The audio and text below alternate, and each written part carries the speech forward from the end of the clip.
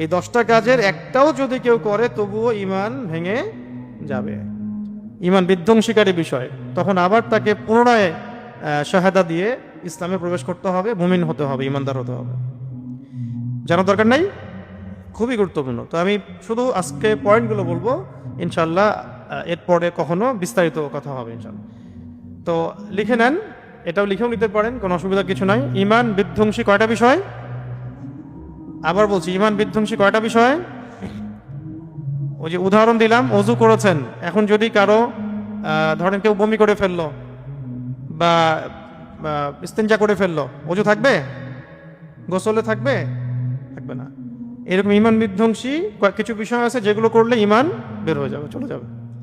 আল্লাহ পাক এই সবগুলো কাজ থেকে আমাদের সবাইকে হেফাজত করেন।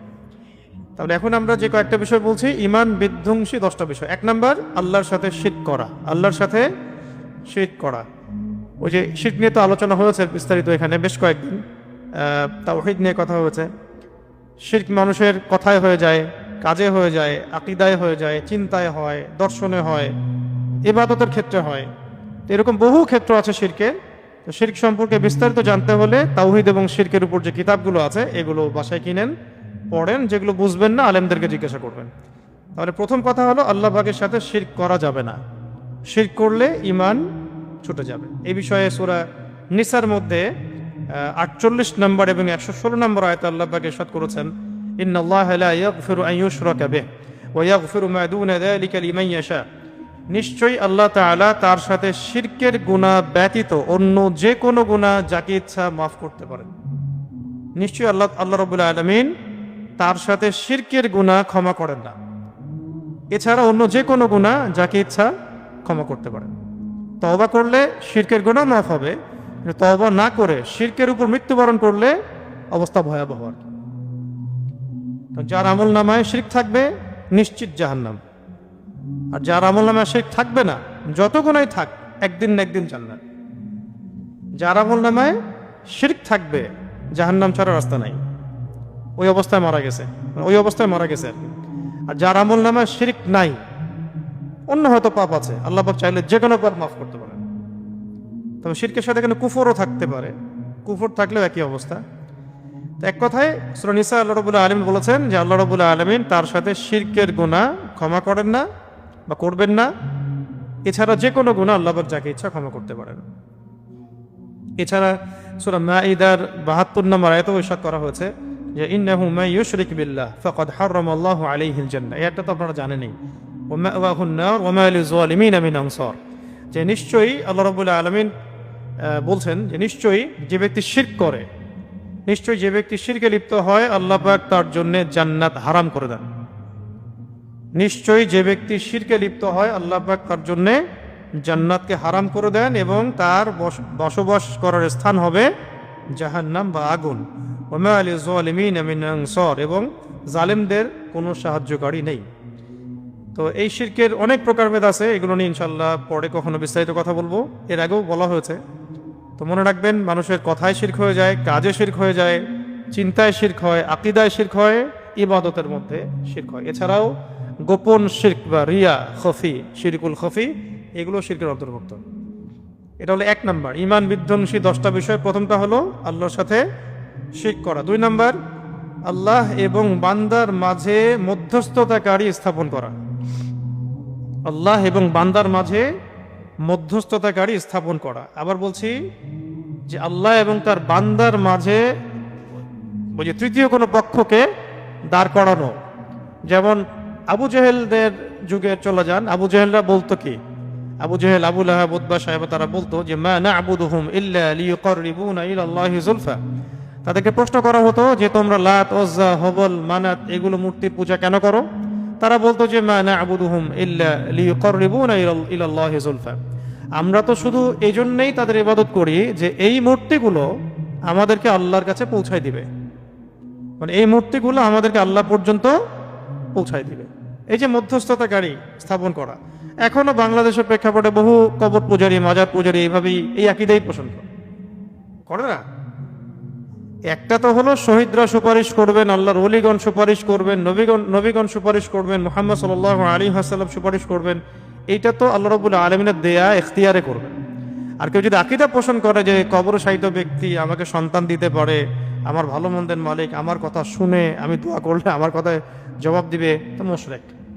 এই শিরকি আকীদা আর আবু জাহেলের আকীদার মধ্যে কোনো পার্থক্য নেই। বুঝতে পারছি যে আল্লাহ এবং বান্দার মাঝখানে কোনো মধ্যস্থতাকারী রাখা যাবে না। শুধু আল্লাহ এবং বান্দার মাঝখানে আছে নবী সাল্লাল্লাহু আলাইহি ওয়াসাল্লাম এবং তার আদর্শ। এর মধ্য দিয়ে আল্লাহকে পাইতে হবে। সাহাবায়ে কেরামের আদর্শ, তাদের মধ্য দিয়ে আল্লাহকে পেতে হবে, এই হলো বিষয়। এবং আমাদের আকাবির আসলাফদের মানহাজ, এগুলো আমরা ফলো করব। 3 নম্বর হচ্ছে যারা মুশরিক বা কাফেরদেরকে কাফের মনে করে না, যারা মুশরিক বা কাফেরদেরকে কাফের মনে করে না বা তাদের কুফরিতে সন্দেহ পোষণ করে, তারাও ঈমান থেকে বের হয়ে যাবে। ধরেন কোন একজন ব্যক্তি, মুসলমান নামধারী একজন ব্যক্তি যদি মনে করে যে কাদিয়ানীরা আসলে কাফের না, নাউজুবিল্লাহ, এরকম যদি মনে করে তাহলে সেও কাফের, সে ঈমান থেকে চলে গেছে। যদি বলে না আসলে সনাতন ধর্মটা কুফরি না, খ্রিস্টান ধর্ম ওটা কুফরি না, ইহুদি ধর্ম ওটা কুফরি না, মানে ওর কাছে এগুলো ভালো লাগে, তাহলে বুঝেন সেকুলারিজমের মধ্যে থাকার মধ্যে কি বিপদ, কোথায় ঈমান চলে যাচ্ছে বুঝতেই পারছে না। সকালে ঈমানদার আছে, বিকেলে হয়তো কাফের হয়ে গেছে, বিকেলে ঈমানদার ছিল, সকাল হতে হতে কাফের হয়ে গেছে। কেউ যদি মনে করে যে কাফের মুশরিকরা কাফের না, সন্দেহ পোষণ করে যে আসলেই কি তারা কাফের নাকি কাফের না। কেউ যদি মনে করে ইহুদি ধর্মও সঠিক, খ্রিস্টান ধর্মও সঠিক, কথিত সনাতন ধর্মও সঠিক, হ্যাঁ, কমিউনিজমও সঠিক, বা জৈন ধর্মও সঠিক, বৌদ্ধ ধর্মও সঠিক ইত্যাদি, আর ইসলামও সঠিক, এরকমও যদি মনে করে, কাফের, ঈমান থেকে বের হয়ে গেল। কেউ যদি এক কথায় কাফিরকে কাফির মনে না করে, মুশরিককে মুশরিক মনে না করে এবং এতে কোনো সন্দেহ পোষণ করে, তাহলে সেও কাফের হয়ে যাবে। 3 নম্বর বিষয়। 4 নম্বরে আসেন। কি এখন কঠিন লাগতেছে না ইসলাম? হ্যাঁ, এইভাবেই কঠোরভাবে ইসলাম পালন করতে হবে, এর নামই হচ্ছে ইসলাম। ঠিক আছে? 4 নম্বর, আসলে কঠিন তো না, আমাদের সমাজে এটাকে এইভাবেই নর্মালাইজ করা হয়েছে আর কি। এই কারণে আমাদের কাছে মনে হয় যে আমরা কি একটু বেশি কঠোর কথা বলতেছে কিনা। আসলে এটাই হচ্ছে ইসলাম। ইন্না দীনা ইনদাল্লাহিল ইসলাম, এইটাই ইসলাম। ইসলাম এমন না যে মানে আবর্জনার সাথে মিশে সেও একটা অস্তিত্ব রাখে, এমন কিছু না। ইসলাম সবসময় আলো থেকে অন্ধকার আলাদা করে ফেলে, বা মানে অন্ধকার থেকে আলো আলাদা করে ফেলে, নাপাকি থেকে পাক আলাদা করে ফেলে। জগা খিচুড়ির কোনো জায়গা নাই ইসলামের মধ্যে। ঠিক আছে? 4 নম্বর হলো, আচ্ছা 3টা বলছি না, হ্যাঁ নাকি 4টা বলছি? 3টা। 1 নম্বর হচ্ছে আল্লাহ পাকের সাথে শিরক করলে ঈমান ভেঙে যাবে। 2 নম্বর, আল্লাহ এবং বান্দার মাঝখানে মধ্যস্থতাকারী স্থাপন করলে ঈমান ভেঙে যাবে। এবং 3 নম্বর হচ্ছে যারা কাফের বা মুশরিকদেরকে কাফের মনে করে না, তারাও কি কাফের। 4 নম্বর, এটা আরো কঠিন। এবার তো বলবেন যে বাংলাদেশে মুমিন আছে কয়জন? 4 নম্বর হচ্ছে যারা বিশ্বাস করে যে অন্যের হেদায়াত বা অন্যের দেখানো পথ নবী সাল্লাল্লাহু আলাইহি ওয়াসাল্লামের পথের চাইতেও উত্তম, এবং যারা মনে করে যে আল্লাহ এবং তার রাসূলের বিচার বা হুকুম, আল্লাহ এবং তার রাসূলের বিচার বা হুকুম অপেক্ষা তাদের বিচার বা হুকুম উত্তম, তাহলে তারা কাফের হয়ে যাবে, ঈমান থেকে বের হয়ে যাবে। কি এরকম লোক নাই? যারা মনে করে যে আল্লাহ এবং তার রাসূলের যে হেদায়েত, এর চাইতে তাদের দেখানো পথ উত্তম, এরকম মানুষ নাই? সাংস্কৃতিক অঙ্গনে যান, শিক্ষা অঙ্গনে যান, রাজনীতির মধ্যে যান, অর্থনীতির মধ্যে যান, হ্যাঁ, আরও যে ফিলোসফিক্যাল থটস যেগুলো বাংলাদেশে আছে ওগুলোর মধ্যে যান, দেখেন তাদের আকীদা, দর্শন, কথাবার্তার ধরনগুলো দেখেন। ঠিক আছে? কিন্তু আমি একটা বিষয় আশ্চর্য হই যে এত স্পষ্ট কুফরি করার পরও তাদেরকে কাফের বলতে মিম্বরগুলো থেকে খুব ভয় আসে কেন জানি। মিম্বরের যারা আমানত রক্ষা করেন তারা কেন জানি বলতে চান না যে আসলে এটা কুফরি, বা দিন শেষে তাদের সাথেই ধন্না দেন, তাদের সাথেই লিয়াজু করেন, আতাত করেন। এই জিনিসটা আমার বুঝে আসে না। আপনাদের বুঝে আসলে আমাকে বুঝায়েন, সমস্যা নেই। এখানে স্পষ্ট কথা, কেউ যদি আল্লাহ এবং তার রাসূলের বিধানের চাইতে বা দেখানো পথের চাইতে, হেদায়েতের চাইতে নিজেদের দর্শনটাকে বা নিজেদের দেখানো পথকে বেটার মনে করে, শ্রেষ্ঠ মনে করে, তাহলে সেটা ঈমান বিধ্বংসী বিষয়ে বের হয়ে যাবে ইসলাম থেকে। আচ্ছা, যেমন এখানে এক্সাম্পল হিসেবে বলা হয়েছে যে ওই সমস্ত লোক যেমন উদাহরণস্বরূপ ওই সমস্ত লোক যারা তাগুতের মানে আল্লাহ দ্রোহী শক্তির বিধানকে রাসূলুল্লাহ সাল্লাল্লাহু আলাইহি ওয়াসাল্লামের বিধানের উপর প্রাধান্য দেয়, এক্সাম্পল দিয়ে দেওয়া হয়েছে। ওই সমস্ত লোকেরাও এর অন্তর্ভুক্ত যারা মানবরচিত বিধান বা মতবাদকে ইসলামী বিধানের উপর প্রাধান্য দেয়। এখন যত সেকুলার রাষ্ট্র আছে, ডেমোক্রেটিক রাষ্ট্র আছে, কমিউনিস্ট রাষ্ট্র বা ন্যাশনালিজমে যারা বিশ্বাসী, তাদের আইন কানুন বিচার সংবিধান এগুলো কি প্রমাণ করে? এই যে কঠিন হয়ে গেল এখন, তারাও তো দায় ডুবি নিয়ে ঘোরাফেরা করে। কেউ কেউ ওই সিস্টেমের মধ্যে ঢুকিয়ে আবার ইসলামে কায়েম করার চেষ্টা করতেছেন, মাশাআল্লাহ। তাহলে মুশকিল। আল্লাহ আমাদেরকে সঠিক বুঝ দান করেন। যতদিন ধরে আমরা এই চেষ্টাটা করছি তার চেয়ে আমার মনে হয় যে অর্ধেক সময় যদি আমরা হকার বাতিল স্পষ্ট করতাম, তাহলে জেনারেশন তৈরি হতো যারা নিজেরাই বলতো যে আমরা এসব বাতিলপন্থী কোনো কিছু চাই না। আমরা প্রায় 50 বছর নষ্ট করেছি, প্রায় 50 বছর।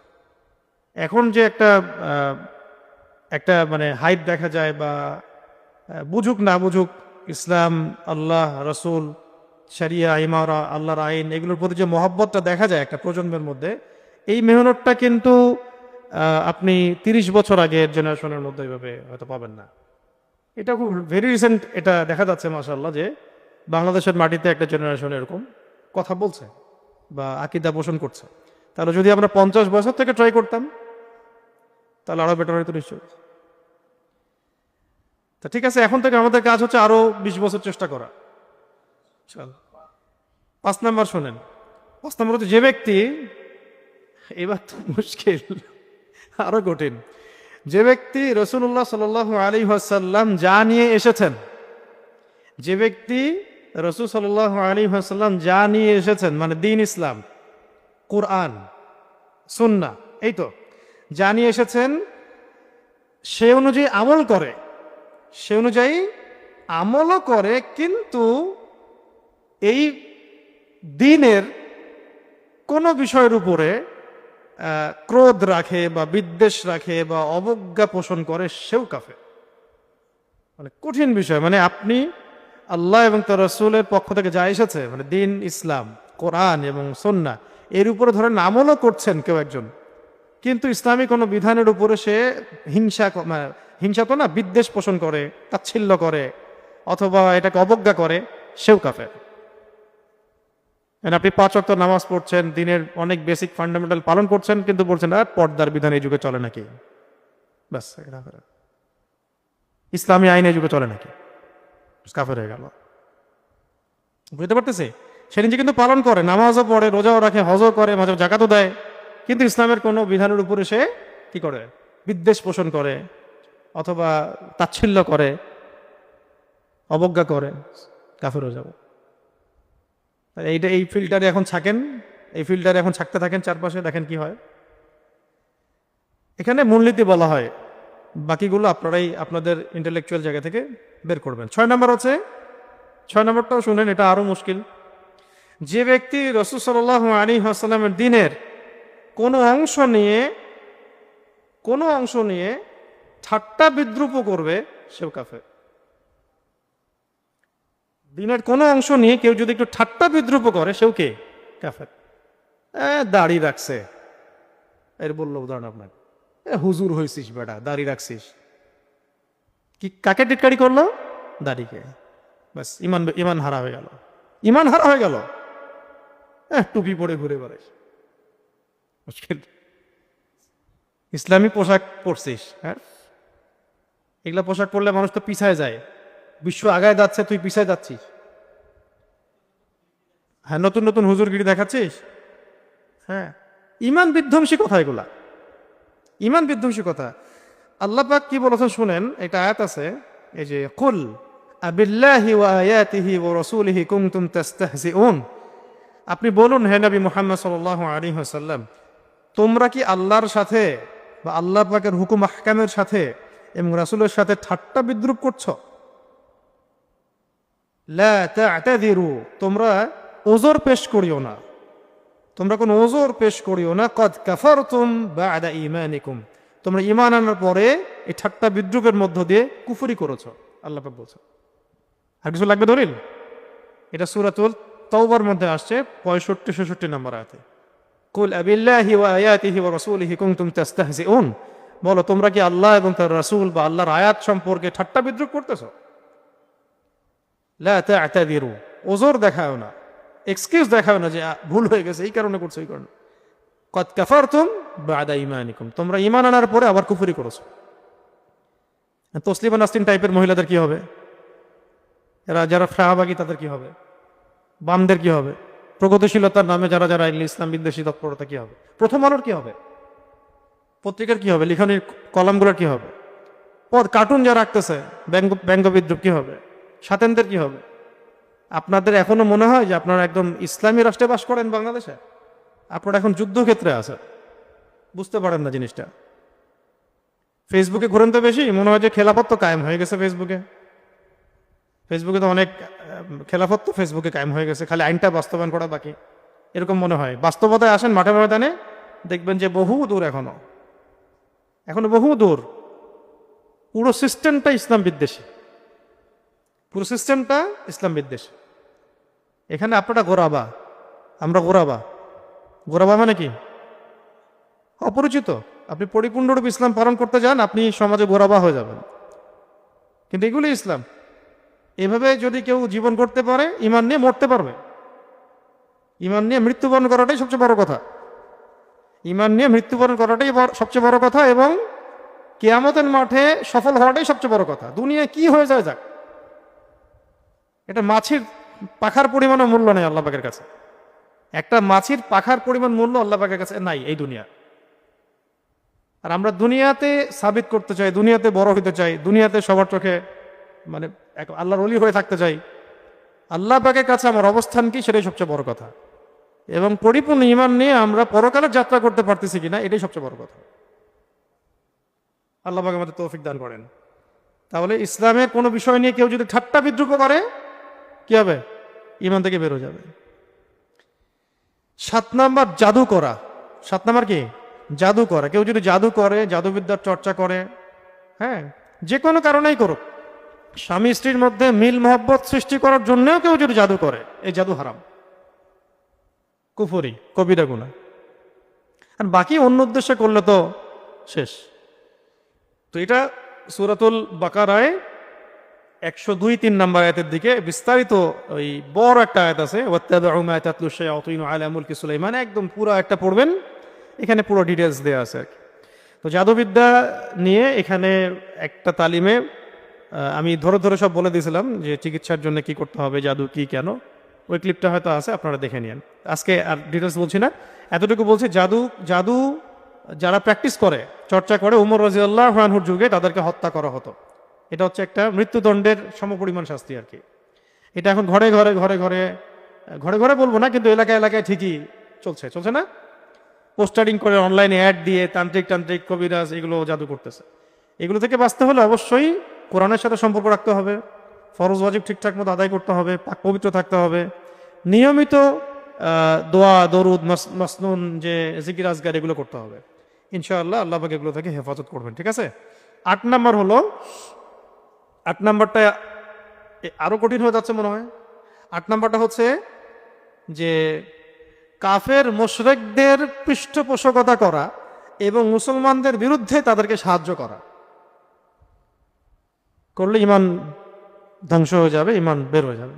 কাফের মুশরিকদেরকে পৃষ্ঠপোষকতা করা আর মুসলমানদের বিরুদ্ধে তাদেরকে সাহায্য করা। বাস মূলনীতি বলে দিলাম, বাকিটা মিলান। সারা দুনিয়া ব্যাপী আমাদের দেশে, আমাদের অঞ্চলে, আমাদের এলাকায় কাফের মুশরিকদের পৃষ্ঠপোষকতা কারা করতেছে আর মুসলমানদের বিরুদ্ধে তাদেরকে সাহায্য কারা করতেছে, এরা মুমিন না, এরা কোশ্চিন কালেও মুমিন না। বাস্তবতা এরকম আর কি। কখনো কখনো তো আমরা এটাও দেখি যে সামান্য একটু সমর্থনের আশায় কুফুরিকে কুফুরি বলতে ইসলামপন্থীদের অনেকে ভয় পান, কাফেরকে কাফের সাব্যস্ত করতেও ভয় পান, মুশরিকদেরকে মুশরিক বলতে ভয় পান, বরং তাদের মানে কি বলবো, তাদের পিছনে তেল দেন। তাদের পিছনে আপনারা যেভাবে তাদের দাসত্ব করেন, পক্ষান্তরে মুমিন মুসলিম ভাইদের বিরুদ্ধে আপনারা তৎপর। কাফেরদের সাথে আপনাদের যতটা আতাত, মুসলিমদের সাথে তার চেয়ে বেশি বিদ্বেষ। এগুলো ইমান বিধ্বংসী বিষয় আর কি। দেখ, এক কথায় কাফের মুশরিকদের যারা পৃষ্ঠপোষকতা করে এবং যারা মুমিন মুসলিমদের বিরুদ্ধে তাদেরকে সাহায্য করে, তারা কোশ্চিনকালেও মুমিন নয়, ইমান বিধ্বংসী বিষয়। তাহলে মিডল ইস্টের কি হবে, আর ফিলিস্তিন জেরুজালেমের কি হবে? যারা আমেরিকাকে বন্ধু বানাইছে, তারপরে যারা ইসরায়েলকে বন্ধু বানাইছে, ওদের কি হবে? যারা যারা আমেরিকান ঘাঁটিগুলোকে দেশে জায়গা করে দিয়েছে, ওদের কি হবে? আমি মূলনীতি বলছি, বললে তো অনেক কথা বলা যায়, বেশি বললেও সমস্যা।